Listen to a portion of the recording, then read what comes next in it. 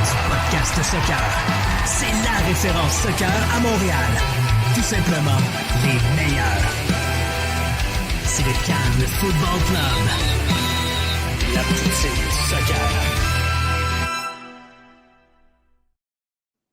Bonsoir tout le monde, on est en direct. Vous écoutez le podcast Cannes Football Club lundi soir, veille de match. On va d'ailleurs en parler tantôt. Je suis accompagné de Julien. Salut Julien, ça va bien? Ça va et toi, Félix? Ouais, ça va super bien. Elias va également nous rejoindre tantôt pour parler du match du CF Montréal face à New England et également le match de demain. Mais juste avant, on a le bonheur d'accueillir des invités qui, justement, je vais les présenter tantôt. Je les ajoute à la scène de ce pas. Alors, All-Star Xperience avec Jad et puis, j'ai pas exactement le nom du deuxième invité, mais il va nous le dire assurément. On va d'ailleurs basculer en anglais pour l'entrevue puisque il s'exprime mieux en anglais. Alors, si jamais on a besoin de faire une traduction, peu importe, dans les commentaires, écrivez-nous. Hi, guys. Thanks for being there, first of all. We appreciate your presence. So, we're going to talk about the All-Star Xperience. It's a soccer league that you guys are doing in Montreal. But before we start, can you guys tell us a bit about yourself? What are you guys doing in life? How the idea came to start a league in Montreal? And what's your relation with the football? I know you guys grew in a league, but you've played before also. So can you tell us a bit about that? For sure. So, hi guys. First of all, my name is Talal, and this is Jad. We are All-Star Xperience. And yes, as you said, we can start off by saying that both of us are soccer players. We used to play on a professional level back in Lebanon before we came here. And basically, we met through the Lebanese under-20 national team. So this is how we met. And we're both here for our studies. We're currently at Concordia University studying industrial engineering.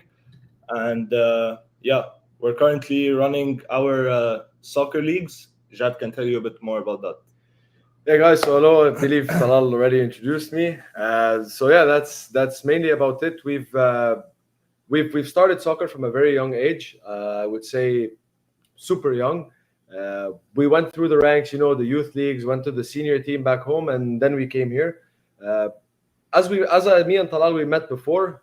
We had a big passion for soccer. I believe, same as you guys. I believe you are a bit more soccer enthusiast than us. We came here and we felt like what is a good way to be involved in any community. It doesn't have to be anything, and we felt like sports was something that you don't necessarily need to know a language in order to communicate. Soccer is a universal sport, and we took it from there. We took part in several leagues. We both played in Soccer Quebec with many clubs, but you know how it is in winter, and it's not always available for everyone. We played also in a couple of leagues as well, but we were like, you know what? Why not create our own community and get our own players get a specific niche of players where they could play, enjoy the game.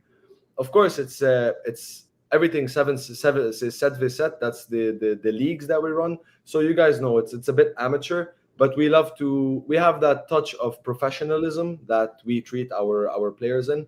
Although we do know that it is amateur, but the level of the players that we get is a very nice level, and at the same time, we want to have that touch of professionalism towards the players as well, and that is where All-Star Xperience came from.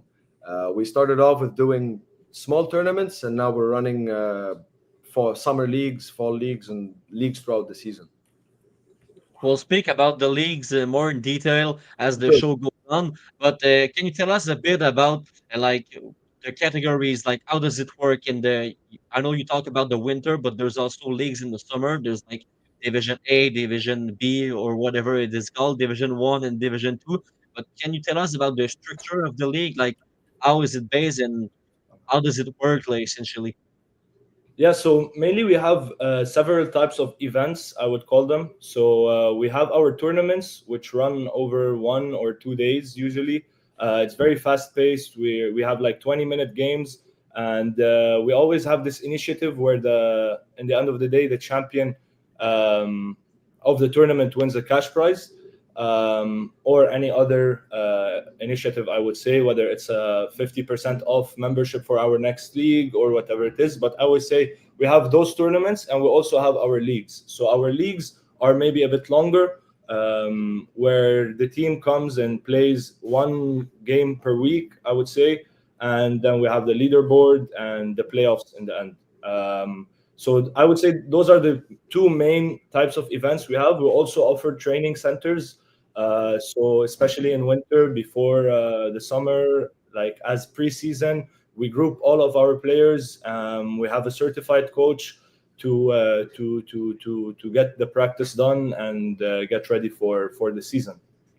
Yeah, exactly. And to add on what Talal said, the kind of our structure is really it's more recreational. We want players to come and enjoy, as to be part of a community, but we also have, I would say, a high level of soccer as well, where currently we are running our leagues. We have two types of divisions that consist of anywhere between 8 to 10 teams.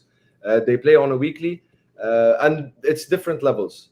At the same time, apart from our leagues, we run tournaments that, as Talal said, basically they're all cash prize. So all the players, they get to win a cash prize. Now, that's not the main focus of our target, to get players just to come and play. But it's nice to play a tournament, and at the end, if you win, make some money, go eat some poulet rouge. I'm not making any commercial marketing, but you guys get the point. Other than that, actually, last September, we started I would say, a new branch for All-Star Xperience, where we collaborate with universities. Last year, we collaborated with Concordia University, and they sponsored an event exclusively for Concordia students only, from A to Z. It was a cash prize tournament as well. We saw 20 teams had registered. They were all students. And it was part of the fall orientation back to school events initiatives. So we had around 500 people that were there, between players, fans, supporters, and families. That's another thing that we like to do. We like to get university events as well. We also did another one. They really liked the event, so we had another one back in May, and we're looking at doing another one this coming September as well as possibly reaching out to other universities and branching this out, making this on a regional scale of back to school era tournaments. It's really nice, and I know that the leagues are mainly for like adult people that are like 18 and plus. But is there maybe like an initiative in the future to gain some maybe 14 years old, 15 years old boys who are playing during the summer, but during the winter maybe they're playing futsal or another tournament, another league? I mean, so is there maybe an initiative to eventually bring them into All-Star Xperience?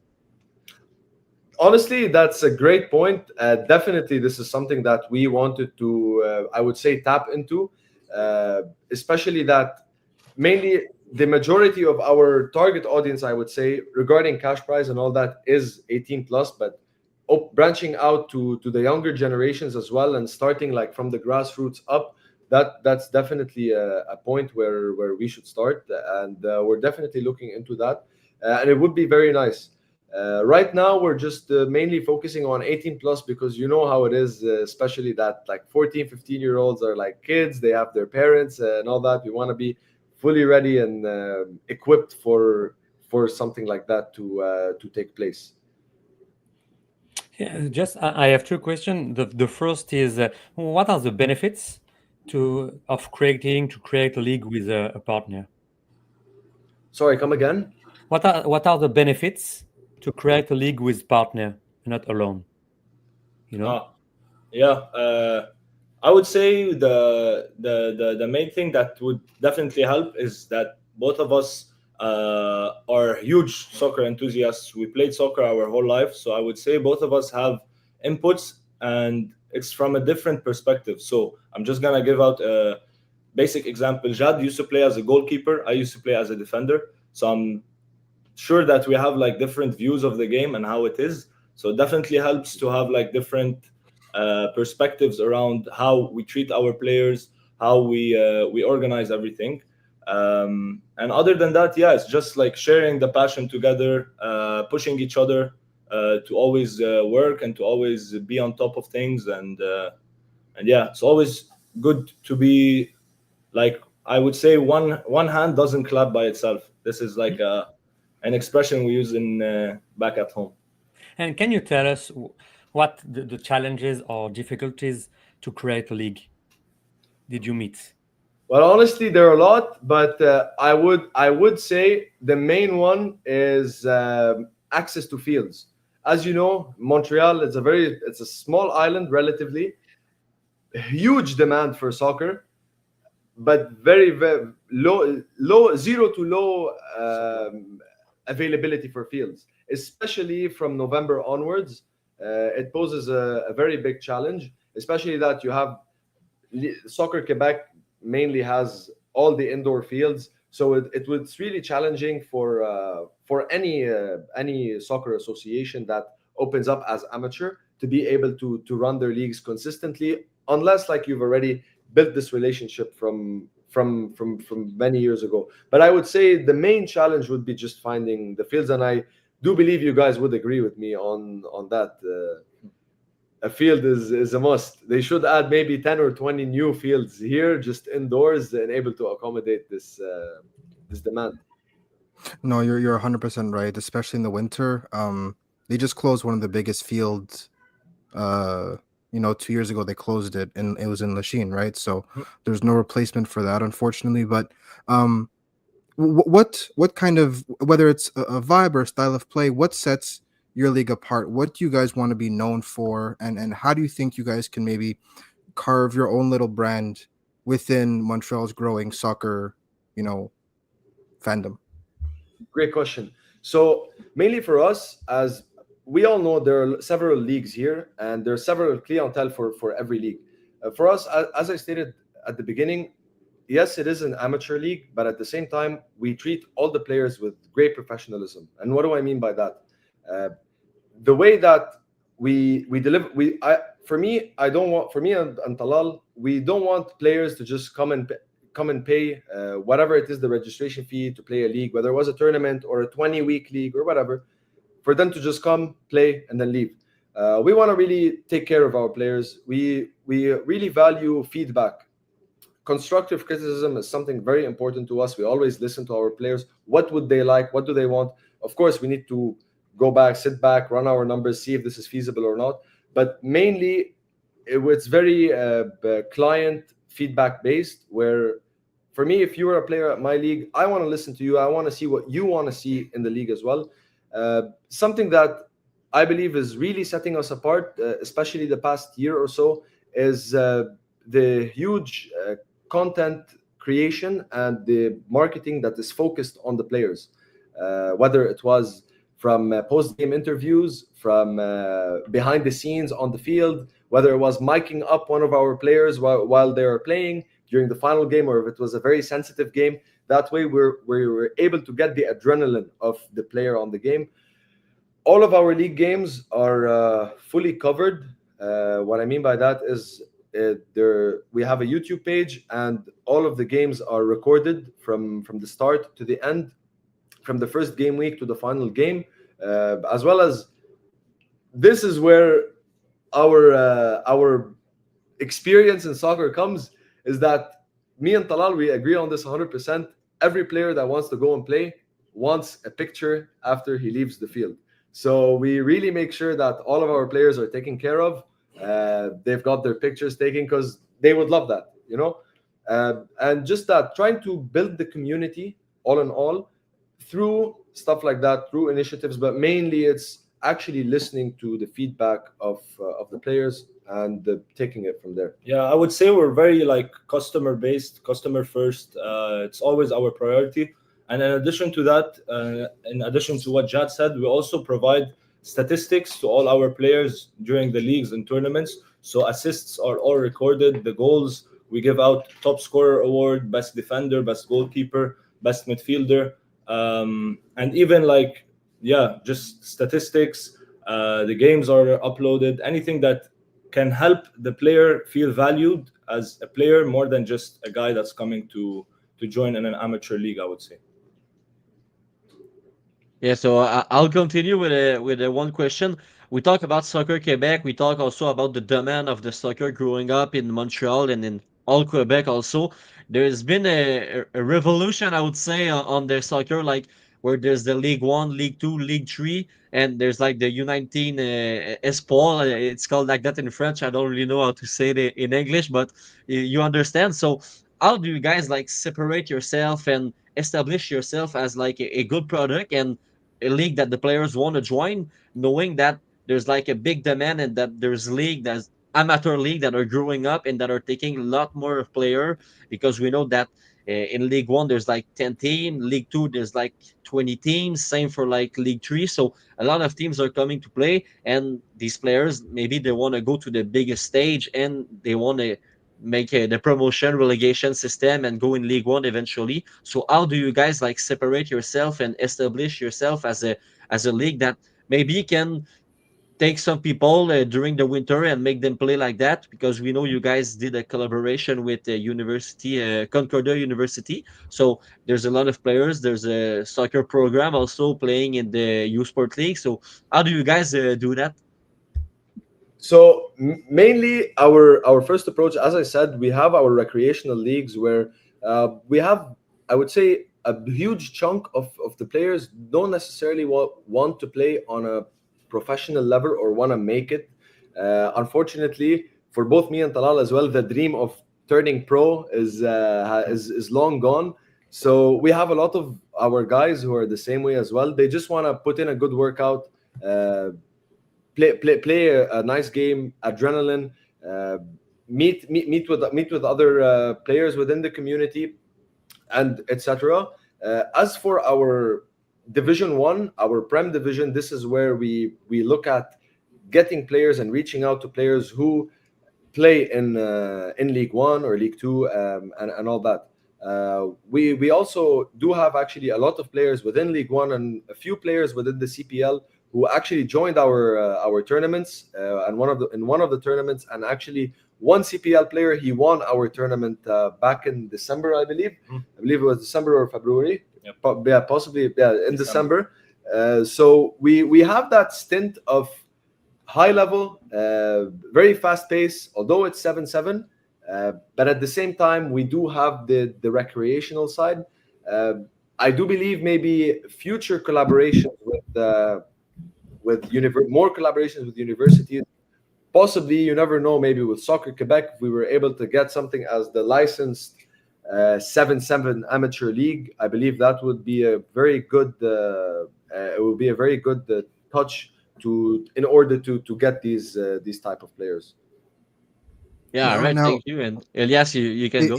let's say that you get a big boost to your budget and you have kind of now this opportunity to expand. What's your first move in the, again, if you stay within the realm of amateur soccer in Montreal, what's your first move and what do you kind of hope to expand into in the future? I would say for us, if in the end of the day we have the budget, like you said, it comes down from the sky. I feel like what we would focus on, the first thing would be volume. So what we are currently doing, but to do it on a bigger scale, definitely. So in addition to everything that we already said, to emphasize more on how we deal with our things and how it is separate from everything that is considered semi-pro or professional. I feel like this whole scheme of amateur soccer is growing globally, and it's really becoming something for all the people who are players. You can call them like academy rejects or whatever it is, but all the players who didn't end up making it on a high level and just love the game and just share the passion for the game and want to keep on playing. I would say we want to become this hub or this community for this type of people, for the people who love the game, but at the same time have other things going on in their lives. So I would say a huge like goal that we have is to set it in stone to become Montreal first, then maybe expanding even more, but like the main hub for this type of soccer, I would say. To be very plain and simple, he has an answer, I have an answer, but to be very plain and simple, if you give us a big budget, like blank paper, we'll build a soccer field. Nice. And Yo. where? La Chine. Yeah, to replace the. So, yeah, to bring back the good old days of Soccerplex. And I know you guys played in the Lebanese national team at the U20 level. You guys saw a lot of football. We know it. What's your take on the soccer in Quebec and the people that complete to your league versus what you actually saw back in Lebanon, or all the soccer that you saw during your life? I'm gonna be very honest about this. I don't want to talk about anything except for the goalkeeper because that's what I'm good at, and that's where I could give a good take on it. In terms of goalkeepers, it's the level in general. I'll leave it to Talal because he knows more. He's played more here, more than me. But in terms of goalkeeping, I believe it's still underdeveloped or undervalued. I would say, especially compared to Lebanon, because back home. It's not it doesn't have that many sponsors. It doesn't have that much of a big budget and that much of big players that we have over here. Canada, they made it to the World Cup last year. They're making it to the World Cup this year. Unfortunately, Lebanon, that's not the case in soccer terms in the region. So, but I do believe that goalkeepers are technically more skilled than the goalkeepers that I'm seeing here. But apart from that, I wouldn't necessarily have to put the pressure on the players more than the system in itself. We've played in several teams here. None of the teams that I played with have a goalkeeper going throughout the season. So I played for 2 years, one AAA senior, back when it was called AAA senior LSEQ, and in 2024 I also played the U21 AAA as well as LSEQ AAA with the same team, and we had no goalkeeping coach. I believe that is the same case for many teams as well. They don't have the consistency in having so, and I feel like there's a huge level for goalkeepers here. They come from different nationalities, so every goalkeeper here is like 6'5", 6'7", 6'8". So for me, I'm pretty short relatively compared to them. But that's mainly what I saw here. I'll leave the rest for Talal. Yeah, I would say if let's talk about outfield players now. I feel like the level mainly here is very good. In Quebec specifically, I feel like the past year or so, there has been more and more spotlight on the game, which is good. We have seen many players go to Europe, sign big deals, whether it's Ismail Kone, Moises Bombito. We saw you guys did an interview with him not long ago. But I feel like this exposure that's coming to Quebec, to the soccer scene is very important. And the whole restructuring of the semi-pro leagues, like you mentioned before, the League 1, League 2, League 3, I feel like this is creating this sense of like whole community around the soccer scene here in Quebec, whether it's teams getting relegated or promoted. It's just like mixing up the teams together is very good. Because, as I said in the beginning, the level is very good, and I feel like there's a huge potential for the soccer scene here in Quebec, especially with the World Cup coming up. I feel like all the region here should prepare itself well for that, and I feel like the Soccer Quebec are on the right track for that.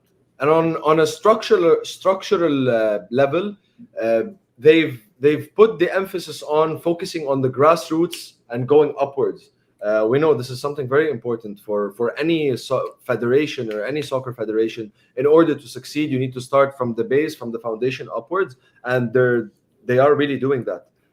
We have a lot of skilled teams that really start from a very young age, and then they make up the ranks. Especially with the new, if I'm talking not nationally but provincially, it's the whole restructuring of the new League 1 is very nice. Also, I believe it brought more eyes, more attention to it. So I only believe that it will go upwards from here. And to give you my honest opinion, the Quebec players are 100% better than the Ontario players. That is for sure. It's a big rivalry out there, and it's nice to hear you talk about the goalie because we often talk about the players. Like we know there's a lot of talents in the Montreal parks. There's always people that are balling out and they're really good, but goalies we don't talk about them as much as the players. And Maxime Crépeau is playing on the national team, and he's a guy from Quebec. So yeah, it's Joe always Sirois fun. as well. What? Joe Sirois as well. Yeah, Jose Roy, yeah, but he's not on national team, but maybe soon enough he'll be. And Julien, I'll let you continue with another question. Yes, two question about your league. So tell us about a legendary or unexpected moment from your league.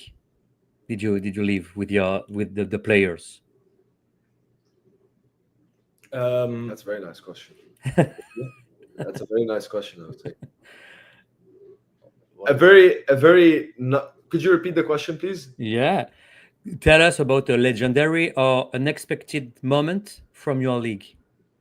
A legendary or an unexpected moment from the league. Yeah. Okay. Honestly, I would say seeing a CPL player come and play in our league, in our tournament actually, Oh. and win it. And so for us, at the end of the day, I'll say it in French. On est des étudiants. Okay, we're running this. We're seeing where it's going to take us. The sky is the limit. But actually, for me and Talal, getting to see a CPL player, he's from Quebec, I believe. You know, Khadim Kane. He plays with Forge FC. Yeah. So he played in our tournament and he won it. Just seeing him wear the dossard with our logo on it, we had to take a picture. We had to stand right there because this is monumental for us. Good. Yeah, I just wanted to, you spoke about the CPL player and you spoke about, having him win a tournament, which is really impressive. But amongst maybe the regulars and the amateurs and the people who don't have professional contracts, is there any players that have really stood out to you and you watch them play and you're going, how are you not, in a League One team or playing, in the CPL or anything like that? Who's really impressed you completely? I would say 20% to 30% of our players, and especially in the Prem League, which is like the first division that we have, are really, really impressive. Like some of them, we asked ourselves exactly this question, like, what are you doing here? Why don't you turn pro? Why aren't you playing on a higher level? But some of them have their own like reasons, either it's for work or just like due to personal reasons, they didn't continue. But I feel like mainly this feeling of like, wow, what we have on our hands is pretty special, and we have some big talents right here. We felt it a couple of times. 100%. We do also have like a couple of players. If I were to name a few, we have a center attacking midfielder. He plays with Saint Michel Palaninos. His name is Rufa Belkhawi. This guy, he is a work of art. Honestly, I believe he's one of our best players in the league. I don't want to forget anyone. We do have a lot of good players as well, but I believe he's one of the players that, if wanting to turn pro, he has a big shot at I wouldn't say pro, but maybe moving up to semi-pro. It's not too far for him. Not to mention, I don't want to know any player at the top of my head, but we've got a few, no? Yeah, definitely. We've got a few.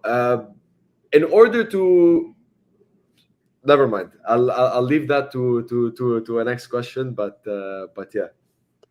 All right, time's running out, boys. So I got one last question before we finish with the interview. What can we wish for you guys in the future? Like, where do you see All-Star Xperience in maybe 2 or 3 years, or even on a bigger scale in like 5 years? For us, we want to be. It's easy to say, but we want to be the number 1 7-7 soccer league in Quebec. We know what we have. We know the level of the players that we get. We know the level of the organization as well. It is something that is being built brick by brick, year by year, player by player, and team by team. And eventually, I do believe that we will get there, especially that we have a lot of talent that is in, but we also give back to the players a lot. Another thing, just wanted to mention that to wrap this up, but apart from all the leagues that we do, As I told you, we're big on statistics. We know how many players, how many goals or assists each player scored, so on and so forth.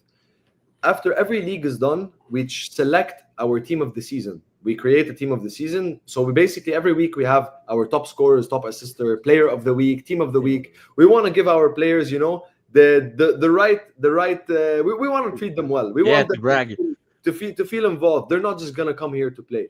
A big step that we did last year was that we selected our team of the season, and we went to Toronto and we participated in a $20,000 cash prize tournament. We were the only team to participate in this tournament from Quebec. There were, I believe, 32 teams. I believe you guys have heard of TST, the one in North Carolina. So there's a soccer league here that runs the same show, but down in Toronto on a bigger scale. This year, this December actually, they will be hosting the $100,000 tournament. 1,100, I believe in French. 100,000 dollars in French, and we're actually starting to prepare as of the next month and a half. We're gonna open up our tryouts for both our players and our non-players, but definitely the big focus is gonna be our players because we want to give that to them. It's a first time, once in a lifetime experience for them, as it is for us.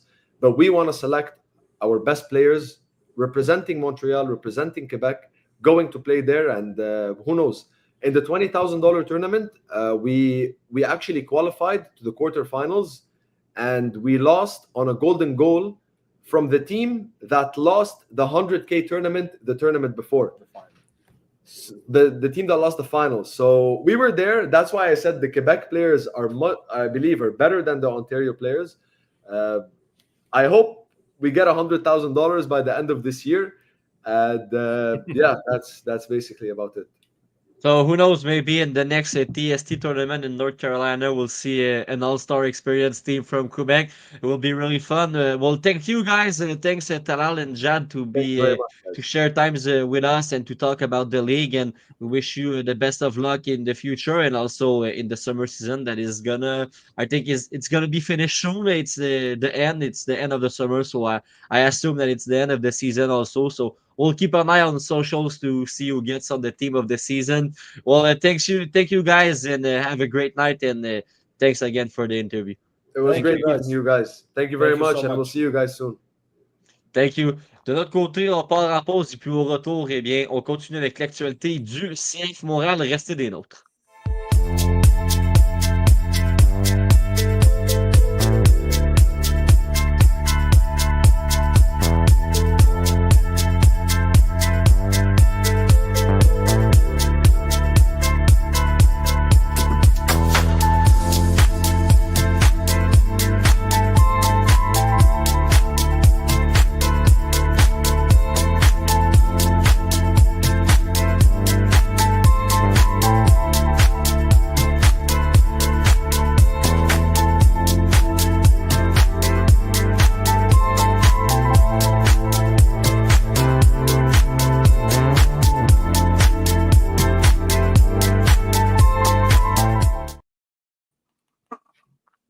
On est de retour au Cannes Football Club après l'entrevue avec All-Star Xperience. Eh bien, on va parler du CF Montréal. Elias, j'ai pas eu le temps de l'introduire, mais je vous avais dit qu'il allait arriver. Il est avec nous, vous l'avez entendu en anglais, mais cette fois-ci, on s'exprime en français pour parler du CF Montréal qui a joué en fin de semaine vendredi. C'est rare qu'on voit un match le vendredi soir, mais ça a été positif pour le CF Montréal qui ont remporté ce match-là 3-1 du côté de la Nouvelle-Angleterre. Une victoire, 3 buts également, 3 points. C'est rare qu'on voit ça, mais clairement, ça fait du bien.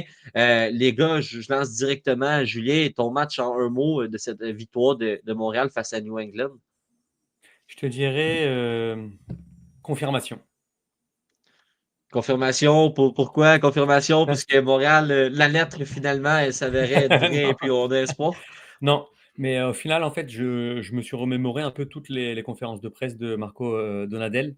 Et effectivement, à chaque fois, il plaidait pour une équipe jeune en construction, voire en reconstruction. Mais il disait que ça faisait 2 mois qu'il voyait énormément de progrès de son équipe dans les différents domaines d'un match. La concentration, le fait, la consistance, la régularité. Et ça, je l'ai vu contre New England. J'ai vu tout ce qui se passe depuis 2 mois. Il y a encore des, des choses perfectibles, parce que Bougaï, par exemple, n'est pas à son marquage. Enfin, on est déstabilisé en une passe, etc. Par contre, j'ai vu 80 minutes par la suite où c'est monté crescendo, où on a vu un David Bougaï justement ultra offensif, où on a vu des actions avec plusieurs Montréalais dans la surface de réparation. On a vu encore Prince Owusu quand il est servi dans la surface de réparation. Généralement, ça fait mouche. On a vu une défense, Craig Alvarez, très concentrée. Oui, il y a eu des actions, hein. C'est-à-dire qu'à un moment donné, New England a aussi tenté a tenté de revenir dans le match, mais il y a eu aussi de la sérénité, du calme. Donc, je voulais rendre hommage un petit peu à Marco Donadel et son staff, parce qu'eux sont sur le quotidien. Nous, on ne l'est pas. Alors, c'est vrai qu'il y a, pendant 2 mois, parfois, c'était un peu inaudible quand on voyait des matchs un petit peu confus, mais eux savent où ils en sont, savent où ils veulent aller. Donc, j'espère que ça a été la confirmation et qu'on verra ça encore dans les prochains matchs, parce que c'est vrai que même contre Chicago, c'est une défaite 2-0, mais c'est 2 erreurs qui amènent les buts. Donc, on est encore perfectible là-dessus, mais honnêtement, on aurait dû marquer contre Chicago, on aurait dû enfin, je veux dire, la première demi-heure, hormis cette erreur de marquage de Petrasso, il y a rien pour Chicago. Donc, ça fait plusieurs matchs, je trouve que les adversaires font beaucoup avec peu, alors que Montréal doit faire beaucoup avec beaucoup. Tu vois Ouais, un tout peu le à fait. truc? Ouais, tout à fait. Puis Julien, tu as parlé de confirmation. Montréal n'a pas encore gagné 2 matchs consécutifs, toutes compétitions confondues depuis le début de la saison. Est-ce que tu penses que avec le match de demain, c'est peut-être là l'occasion? En Puisque tout cas, ça Montréal a clairement de bons moments depuis 3-4 semaines, je dirais, là. Peut-être un petit peu moins, là, mais bref, tu comprends. non, non, mais en tout cas, s'il faut faire un coup d'éclat, c'est sûr que demain tout est réuni, parce que c'est, une autre compétition, et surtout parce que, bah, c'est un autre format qu'amène la Leagues Cup, donc on va se confronter vraiment à la Ligue AMX. C'est aussi le moment pour, je parle d'un point de vue collectif, pour que la MLS envoie un message, parce que faut pas se cacher qu'à la coupe du monde des clubs, on a plutôt été la risée, des différentes ligues qui étaient, représentées, hormis peut-être, la Ligue Océanie, puisque bon, Auckland étant des amateurs, on va pas. Mais je veux dire, au-delà l'Afrique a montré un beau visage, bon, l'Amérique du Sud, bien entendu, mais je veux dire, on attendait beaucoup mieux des équipes représentantes de la MLS. Donc, s'il faut faire un coup d'éclat, oui, c'est demain, parce que on accueille une équipe 7 fois champion du Mexique, avec dans ses rangs un certain Rames Rodriguez, par exemple. Donc, ça va pas être facile. Mais si on doit se sublimer et confirmer, comme tu l'as dit, ce serait super de le faire demain. Assurément. Et puis, Elias, je te fais une passe décisive. Ton match a un mot pour toi face à New England? Finalement, le mot, c'est lucidité. Il était temps, honnêtement. Oui, ils ont mis 3 buts contre Houston, mais on dirait que c'était une équipe beaucoup plus concentrée vendredi soir. Leurs chances, leurs opportunités ont été prises. Les erreurs de New England ont été punies.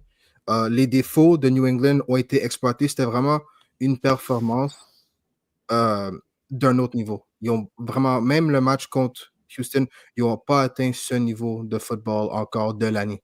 Alors, tout ça étant donné, c'est la lucidité qui est vraiment menée. C'est pour ça que c'est mon mot, parce que les 3 buts ont été des buts quand même pas faciles. Il fallait quand même bien les placer. Les décisions pour les passes décisives étaient quand même des passes décisives pas super évidentes. Les 3 étaient quand même assez créatifs. Alors, les prises de décision en dernier tiers, c'est quelque chose qu'ils ont vraiment travaillé fort pendant la semaine. C'était clair dans les entraînements, dans les exercices.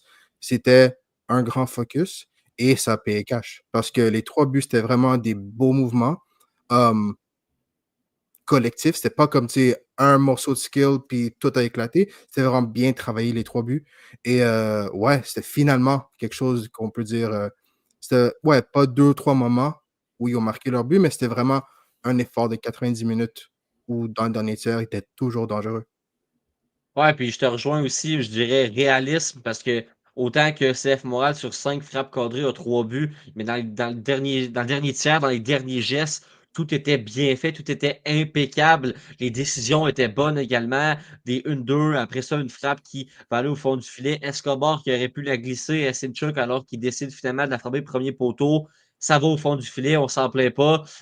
Les décisions ont été bonnes et les actions de but ont été concrétisées, ce qui trop souvent dans l'année, ça n'a pas été le cas et ça a coûté des points assurément au CF Montréal. On peut se rappeler de plein de matchs où justement, si le ballon était allé au fond du filet, eh bien, peut-être que Montréal aurait eu un différent sort.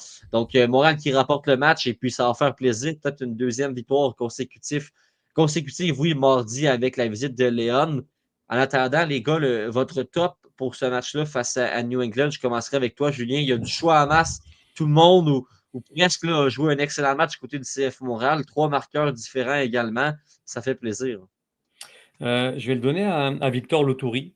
Alors, pourquoi? Parce que c'est le seul match où on a réussi à contrecarrer le numéro 10 adverse. Pour le moment, toutes les équipes qui jouaient avec un numéro 10 nous avaient fait la misère, et surtout le numéro 10, que ce soit Evander, que ce soit Carles Gil au match aller, Léo Messi, voilà, on le catégorise aussi comme un numéro 10. Bref, à chaque fois qu'une équipe se présentait contre le CF avec un numéro 10, on n'arrivait pas à gérer. C'était soit les défenseurs axiaux qui montaient en individuel, mais il y avait donc de l'espace dans leur dos. Puis là, on a demandé, c'est sûr et certain, je pense en tout cas, à Victor Lotouri de faire un marquage individuel, 2 zones, mais vraiment individuelles, sur Carles Gil. Hormis la première action du match où Carles Gil est seul pour faire la passe, il n'a jamais été en capacité de pouvoir créer quelque chose. Il y a eu aussi cette frappe sur la barre transversale, mais c'est quelque chose d'assez instantané. Et puis Carles Gil est l'un des meilleurs joueurs. Il a été MVP il y a quelques années, donc c'est pas quelqu'un qui sait rien faire de ses 2 pieds. Mais voilà, on l'a vu plusieurs fois au duel. Même s'il y avait peut-être 2-3 mètres entre lui et Carles Gil, il était présent. Alors, c'est sûr qu'il a apporté moins offensivement, mais j'aimerais juste porter le focus là-dessus parce qu'il faut expliquer aux gens ce que c'est que d'être 94 minutes concentré sur le meilleur joueur adverse. C'est ça un petit peu l'idée. Voilà. Ouais, c'est pas évident, assurément. Et puis de ton côté, Elias, ton top pour ce match-là?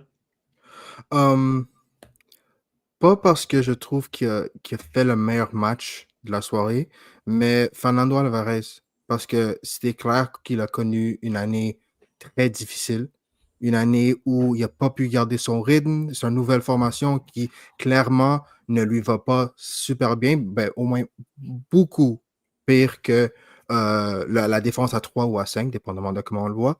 Alors, venir faire un match comme ça avec quelqu'un comme Brandon Craig que tu n'es encore pas 100% à l'aise avec, c'est un match de grand focus. Encore le but, tout le monde avait l'air quand même bête, à part Guboglu sur le côté gauche, qui était probablement impliqué, mais les 2 défenseurs centraux et Bougaï avaient l'air quand même hors position et peut-être un manque de focus. Mais comme travail collectif, on a vu des bons matchs de Brandon Craig, on a vu des bons matchs de Bougaï, même de Guboglu, mais un match de ce niveau de Fernando Alvarez, ça n'existe pas cette année. Alors, je pense qu'il mérite quand même un peu de crédit pour avoir peut-être élevé son niveau de jeu. Il était beaucoup plus à l'aise, balle au pied. Du côté défensif, Léo Campana, à part son but encore, il n'y avait vraiment pas d'espace du tout de la soirée dans la surface.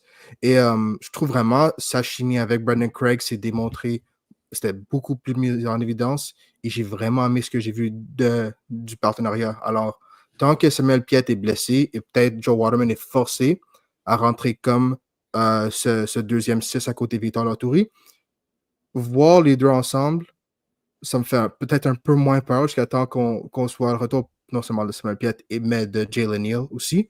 Les 2 ensemble, si ça peut continuer comme ça, si tu peux établir une fondation comme ça et continuer à progresser, ça irait bien. Ouais, puis il y a plusieurs matchs aussi qui s'en viennent où justement l'effectif pourrait être rotationné. Donc, certains joueurs comme Alvarez pourraient obtenir plus de temps de jeu. Et puis, je ne vais pas en dire trop, mais en termes de top, ça va être Dante Silly. On l'a tellement tapé sur lui dans les dernières semaines. Il a marqué son but, il a fait un bon match, toute somme. Donc, ça serait mon top, mais je ne vais pas en parler plus parce que je sais que Dante Sealy, on a parlé de lui en positif, mais la semaine prochaine, probablement qu'on va parler de lui en négatif. Donc, pour l'instant, on va juste dire ça sur Dante Sealy. Mais justement, les gars, passons au flop. Et s'il y en a un, je ne sais pas si vous avez trouvé un joueur qui a mal performé. Julien, je vais commencer avec toi. Peut-être que c'est une tâche difficile. On est rendu à ce niveau-là parce que c'est un bon match chef moral, mais est-ce que tu as un joueur peut-être qui a trouvé que c'était pas nécessairement son meilleur match? Oui, mais je pense que c'est aussi dû au fait qu'il revienne dans le 11 titulaire, mais c'est Bryce Duke parce que bon, il a été là, il a récupéré des ballons, on l'a beaucoup plus vu dans les 15 premières minutes que dans le reste de la partie parce que je pense qu'il a manqué de rythme tout simplement. Mais voilà, après, c'est pas comparable parce que Holger Escobar, lui, rentre les 20 dernières minutes, mais il y a quand même une différence entre les 60 minutes jouées de Bryce Duke et les 20 minutes jouées de Holger Escobar. Mais encore une fois, je pense que c'est en regagnant des minutes, parce qu'il a été absent quand même pas mal de temps. Et puis les 60 minutes qu'il a jouées, c'était parfait. En tout cas pour lui, il ne pouvait pas faire plus. Il ne faut pas le brûler non plus. Mais voilà, par rapport au match de l'ensemble de l'équipe, il était en dessous. Maintenant, comme je l'ai dit, il y a des circonstances, mais il était en dessous. Il n'a pas été nul, il a juste été en dessous des autres. Et Elias, toi? Ouais, trouver un autre flop, honnêtement, c'est difficile. Je veux dire Alexander Gouboglou, pas parce que je trouve qu'il a mal joué, mais juste c'est clair que c'est pas un latéral. Déjà, c'est pas un latéral naturel. Un wingback peut-être, mais un latéral, un défenseur latéral, ce n'est pas. Et en plus, tu le mets de son côté faible. C'était comme ça empile les difficultés et il y avait vraiment juste, il y avait l'air mal à l'aise. Et c'était presque dès que Luca Petrasso rentre et Marco Donnell les poussait en ailier, immédiatement il y avait l'air plus à l'aise. Il n'était pas excellent en ailier, mais au niveau position, au niveau combinaison, au niveau balle au pied et confiance générale, c'était clair qu'il était chez lui en ailier. Je pense que, encore, c'est clair que dans le mercato, ils vont chercher un autre latéral parce que continuer avec Gouboglou et Tom Pierce comme tes latéraux de rotation, c'est pas faisable. Alors, faire venir quelqu'un qui peut permettre à Gouboglou de rester en ailier, le faire un substitut de luxe, ce que tu veux, c'est ça que tu t'attends d'un jeune de 18 ans, un académie. Alors, ouais, c'est mon flop, mais c'est pas parce qu'il a mal joué, mais c'est parce que c'est pas sa place. Et c'est vraiment juste, c'est de la malchance, vraiment. Ouais, puis ça en dit long lorsque tout le monde joue un très bon match et qu'on est rendu à ce point-là pour dire que certains joueurs n'étaient pas en confiance dans ce match-là. Ça veut dire que Montréal a offert une belle performance. Et puis, un autre flop qui n'a pas rapport avec ce match-là, puis peut-être que c'est sévère de dire que c'est un flop, mais Giacomo Vrioni, qui, oui, a des très bonnes statistiques, c'est en 6 départs, 3 buts, mais il est toujours blessé, toujours à l'infirmerie. C'est Abou Diaby, version CF Montréal. Euh, Qu'est-ce qu'on va faire avec lui à la fin de la saison? Parce qu'il a une option sur son contrat. Prince Owusu marque comme ça n'a pas de sens. C'est l'attaquant qui, clairement, a des meilleures statistiques que Martinez. Tout le monde semble bien content de la production de Prince Owusu du côté du CF Montréal. Mais Vrioni, qu'est-ce qu'on fait avec lui s'il est toujours blessé? Est-ce que tu le gardes pour l'année prochaine? Julien, je veux t'entendre par rapport à ça, sachant que tu as joué à deux attaquants, ça a bien fonctionné en tant que tel. Mais Vironi, tu le payes quand même cher et Owusu fait le boulot pour l'instant. Que faire, Julien? On sait déjà qu'il va falloir un deuxième attaquant de la trempe d'un Vrioni ou d'un Owusu bis pour l'accompagner parce qu'on ne fait pas une saison, on le voit, hein, avec un seul attaquant. Deuxièmement, nous, comme je le dis, on n'est pas forcément au quotidien, mais c'est sûr qu'il y aurait des décisions à prendre sur la nature des blessures. Est-ce que c'est, encore une fois, il y a des blessures qu'on ne contrôle pas forcément. Un Fabien Herbers, il revient, on a l'impression qu'il est bien, puis à la 45e minute de la première mi-temps, bam, ça reclaque. C'est en plein match. Voilà, après, pour Vrioni, c'est un petit peu la même chose. Ça a été fait pendant l'entraînement, pendant l'échauffement. Donc, il faut savoir un petit peu, c'est sûr que des blessures à répétition musculaire, ça peut poser question sur une hygiène de vie, ça peut poser question sur un professionnalisme. Alors que quand tu prends un tacle ou quoi que ce soit, bah, c'est pas à toi, c'est dû à l'adversaire, c'est ça que je veux dire. Mais c'est sûr que ce sera des questions à se poser parce que c'est notre VP, parce que c'est plus d'1 million de salaire. Et pour toutes ces raisons-là, c'est sûr qu'on va se poser la question. Maintenant, un Giacomo Vrioni en forme, ça donne 3 buts en 6 matchs. Donc le ratio, il est pas négligeable. Donc c'est pour une équipe comme le CF Montréal qui, en tout cas d'après ce qu'on nous a dit, même si la lettre ou la petite campagne était bien faite, mais c'est pas dans l'idée d'apporter un Didier Drogba bis. Donc maintenant qu'il est dans ton effectif, il vaut mieux peut-être le garder parce que Giacomo Vrioni, c'était quand même une belle prise. En début de saison, on était tous d'accord pour dire ouais, franchement, c'est très cool de l'avoir. Il connaît la MLS, c'est un buteur, c'est un numéro 9, il va mettre les buts quand il le faut. Donc, si on doit encore retourner la page d'un attaquant, il va falloir aller le chercher. Et c'est plus rare à trouver. Ouais, puis il a fait ses preuves dans les peu de matchs qu'il a joué. Maintenant, est-ce qu'il peut rester en santé? Elias, je veux t'entendre par rapport à cette affirmation. Qu'est-ce qu'on fait avec Vrioni? Encore, c'est une année d'option et si c'est encore le cas où New England paye la majorité de son salaire, il n'y a vraiment pas de risque. Le seul problème, c'est si tu es en train de construire un schéma tactique sur le profil de Vrioni, il n'est pas disponible et tu demandes à Prince Wusu de mi-saison devenir Giacomo Vrioni et non Prince Wusu, tu vas voir en effet c'était son début de saison où il a vraiment souffert. Il était dans un rôle qui lui allait pas bien. Mais maintenant que Prince Wusu est plus à l'aise, il est en confiance, ça a l'air meilleur. Mais il faut se rappeler, le début de l'année où on lui demandait d'être Giacomo Vrioni et no Prince Wusu, ça allait mal. Mais il y avait des comparaisons à Chinonzo 4. Encore, c'était toujours des comparaisons ridicules. Il n'était jamais aussi mauvais que Chinonzo 4. Il est bien meilleur. Mais les comparaisons étaient là. Alors, le ramener, il faut encore se rappeler, right? Six matchs sont pas consécutifs. C'est pas un bloc de 6 matchs. Alors, il n'y a pas pu, il y a même pas, il n'y a pas eu la chance d'établir un rythme, d'établir des connexions, d'avoir 2-3 matchs des 80-90 minutes d'affilée. Alors, toutes ces performances ont été vraiment juste pure habileté et pure qualité technique. Alors, le voir avec la chimie qu'il va développer avec des jeunes, on le voit déjà en entraînement, il est en train de coacher Hennady Sinchuk, il est en train de coacher d'autres jeunes attaquants, il les prend de côté, il les parle pour 5-10 minutes pour les donner des points ou quoi que ce soit sur les petits matchs en entraînement. Alors, c'est clair qu'il est en train de prendre ce rôle comme mentor à cœur. Alors, oui, je le rapporterai pour 1 an. Si c'est les mêmes termes de contrat, je ne sais pas c'est quoi son option, si ça change quelque chose ou non. Mais honnêtement, encore, il n'y a pas de risque, il y a plein de bonus. Alors, ouais, je le rapporterai, c'est certain. Ouais, puis parmi les matchs qu'il a joué, son niveau physique, c'était pas nécessairement le meilleur possible qu'on peut s'attendre de Vrioni parce que il sortait, des fois, il était épuisé, il voulait jouer un 15 minutes de plus, mais on le ressorti à la mi-temps probablement parce qu'il n'était pas nécessairement au top de sa forme. Alors, Vrioni en santé, encore une fois, on dit en santé parce que ce n'est pas arrivé depuis le début de la saison, mais ça peut clairement être bénéfique pour Montréal. Et puis, il y aura peut-être une pause si Montréal vient qu'à se faire éliminer assez rapidement en Ligue Cup. Donc, est-ce qu'il pourrait revenir au jeu d'ici la fin de la saison? On l'espère et puis probablement que ça va être le cas.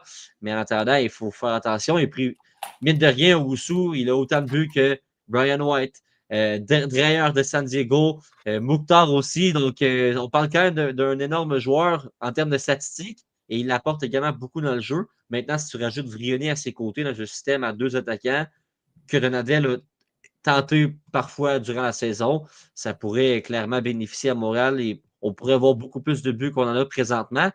Et puis les gars, on en a parlé, et puis la Ligue Cup s'en vient, c'est veille de match également face à Club Leon et Rames Rodriguez, donc l'équipe mexicaine qui sera en ville. C'est peut-être une occasion pour Montréal d'aller chercher un trophée, même si plusieurs n'y croient pas, et puis c'est peut-être une grosse affirmation, mais tout de même, tu as quand même une compétition à jouer, et en MLS, tu sais que tu n'as plus d'espoir. Maintenant, Ligue Cup, si Montréal vient qu'à se qualifier pour le tour éliminatoire, comme ce fut le cas l'an dernier face à Philadelphie, est-ce que c'est une victoire? Est-ce qu'on est content? Les gars, qu'est-ce que vous voulez voir durant, peut-être que ça va être 3 matchs, peut-être que ça va être 4 matchs, 5 matchs, on ne sait pas, mais qu'est-ce que vous voulez voir du côté de la troupe de Marco Donadel pour cette League Cup? Est-ce qu'on veut voir des nouveaux joueurs qui vont avoir une occasion de rayonner? Est-ce qu'on veut voir la meilleure équipe pour aller chercher un trophée? Est-ce qu'on veut voir des automatismes se développer entre certains joueurs en vue de l'année prochaine? Julien, je commence avec toi parce que personnellement, je pose la question, mais assurément que si tu me dis qu'il y a 2 victoires au Stade Saputo parmi ces 3 matchs-là, clairement, je prends et puis c'est du bonbon. Je pense que tout le monde serait content. Il y aurait peut-être de l'espoir au bout du tunnel pour cette saison-ci, même si là, on est rendu loin et puis j'essaie d'être optimiste. Mais Julien, qu'est-ce que tu prévois et qu'est-ce que tu aimerais voir du CF Moi, Montréal en Ligue Cup? j'aimerais voir de la continuité dans ce que j'ai dit précédemment sur de la consistance, sur de la régularité, sur éviter d'offrir à chaque fois des buts aux adversaires. Il faut savoir que là, la League Cup a changé. Hein, c'est les 4 premiers seulement des 2 poules, donc des 18 équipes, 18 MLS, 18 Liga Mix qui vont se qualifier. Comme l'a dit l'entraîneur-chef en conférence de presse, il faut 7 à 8 points, sachant que s'il y a match nul, celui qui gagne le tir au but gagne un point en plus. Mais donc, il va falloir au moins une victoire sèche. Il faut savoir que sur les 3 équipes qu'on rencontre, Léon et Toluca sont des très, très grosses équipes du championnat mexicain. Puebla est peut-être l'équipe la plus prenable. Donc, je te dirais qu'une victoire sur les 3 déjà, moi, je serais content. Et après, bien entendu, comme tu l'as dit, il y a 2 matchs au Stade Saputo. Si on arrive à créer une ambiance, si on arrive à faire de quoi, là, l'avantage, c'est que les équipes mexicaines n'ont joué que 4 matchs. Eux, ils sont au début de leur championnat. Léon est en plein doute. Ils ont une victoire sur les 3 ou 4 premiers matchs. Donc, peut-être que s'il y a quelque chose à créer, ça va être de le créer demain, puis d'emmagasiner de la confiance pour aller éventuellement chercher une autre victoire sèche, peut-être contre Puebla. Donc voilà, il y a quand même beaucoup trop de difficultés de se qualifier dans les 4 pour espérer quelque chose, un trophée ou quoi que ce soit, on n'en parle pas. Mais une victoire sur les 3 matchs, moi, je trouverais ça déjà excellent. Ah, tout à fait. Puis, Elias, de ton côté, qu'est-ce que tu t'attends de cette compétition? S'ils signent des joueurs, j'aimerais voir les premières minutes.